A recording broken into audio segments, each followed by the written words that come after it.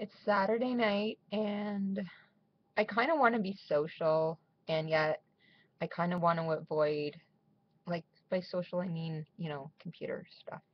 But I kind of want to avoid Facebook and Twitter because, people talking about alcohol. So I have all my little sober people on a sobriety column on TweetDeck um, to make it easier for me to avoid the alcohol talk because I am a dry drunk with 7 years of sobriety. It is possible, but I have a lot of therapy, such as like I've done alternative therapies and talk therapy and stuff like that. Right now, I'm just doing talk therapy. I have my social worker and my counselor, um, and I mean, you got to do something. You can't just come out of rehab and not do anything. So that's why they recommend AA, NA, Cocaine Anonymous, or whatever it is. Um, but I have been trying to go. But the thing is, I don't really think about going right now because I guess the last time was like a couple of weeks ago.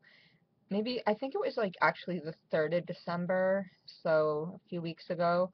I went and I was standing at the bus stop and I had a really bad panic attack, so I had to come home. And then after I have a panic attack, I don't want to kind of repeat the same situation.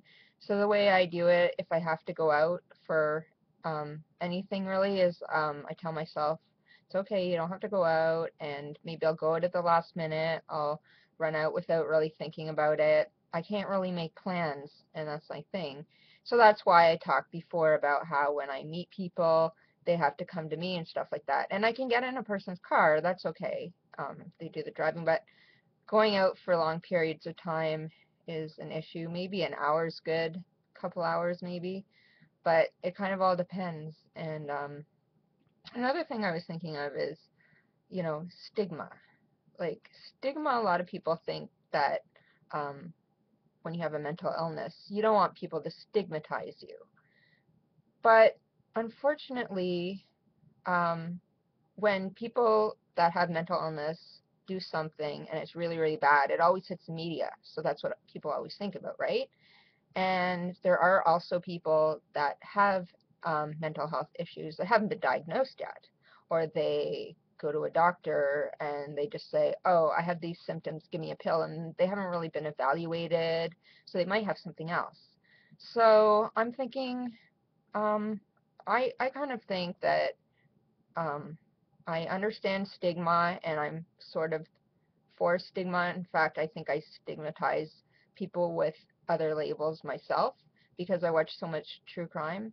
Um, not not that I don't like. I go. It's an individual case, but I'm always kind of careful around people, and I want to see like what is this person about, because I mean, even when it comes to, I don't know, people plotting a murder. Well, what do you do when you're really mad at someone? Do you plot a murder, or do you just say, oh, it'd be nice if they died? Or what do you do? I mean, I don't think I've ever plotted someone's murder. Maybe I thought, oh, maybe if that person died, my life would be easier. But it's not like I have any plans.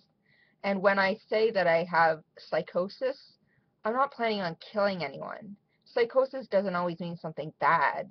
Um, for me, I have bipolar, so part of my illness, um, I have PTSD as well. That might be part of it, why I kind of go a little bit psychotic sometimes. And that just means I sort of think that I'm telepathic. I think that I can think things with my mind and that they'll automatically happen in my head. And it won't make a lot of sense, and I'll be hearing things in my head like, I don't know, the last time I remember, I heard someone laughing and it sounded like me, and it was really kind of, I was trying not to laugh because of this voice in my head. And what I do in those cases is I take my PRN Zyprexa, and I just need a really small dose. Like, I take the smallest pill and I take 1/4 of that, 2.5 milligrams, cut it in four.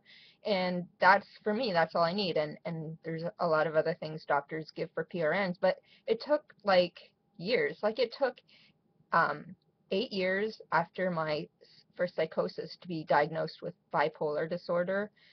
And well, I know I still get angry that it took them so long because I had such obvious symptoms. I would be depressed, then I'd go into hypomanias, then I would have full out manias where I was like completely like out of this world. Like, I don't know, like it was like I could feel heaven or something.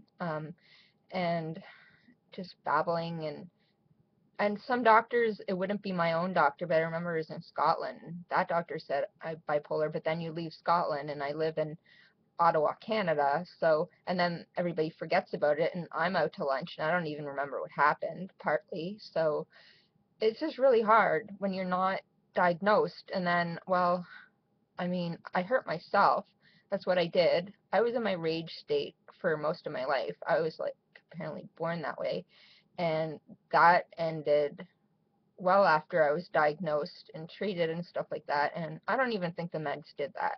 I mean, I know a lot of people still have that rage and they've been treated by doctors for years and been on meds for years, but I really do think that the homeopathy helped with the rage. I can't really explain it, but I wasn't on anything else. I was taking homeopathy and my regular meds a long time, but that sort of changed me and I sort of went inside myself for a while. And in many ways, I still think I'm still inside myself. I'm not really interested in going out or I have a ton of excuses. I did meet my friend the other day, and that was great. Then I think I offended her by kind of laughing when she said, "Hey, why don't you come to my place sometime?" Because she lives at the other end of the city, and I'd need a ride. And well, I didn't mean like I didn't want to. I just meant that's such a huge thing for me. Like I had to get her to come all the way over in my end of town just to go for lunch. Um, but I guess it's hard because I don't know. I think I'm socially okay. Like, I think I can make cues sometimes. I think the most important in any relationship is conversation anyway. And I do need to find people on some level that understand where I'm coming from, and it helps that I can joke about everything. So I kind of feel like, um, I don't know. I don't know what I'm gonna do. Like, should I get on the bus and like go to a meeting sometime? Like, because it feels cozy being at home, but sometimes it's true. It's hard because I don't even think of going out, so I'm gonna have to think of that. What do I do?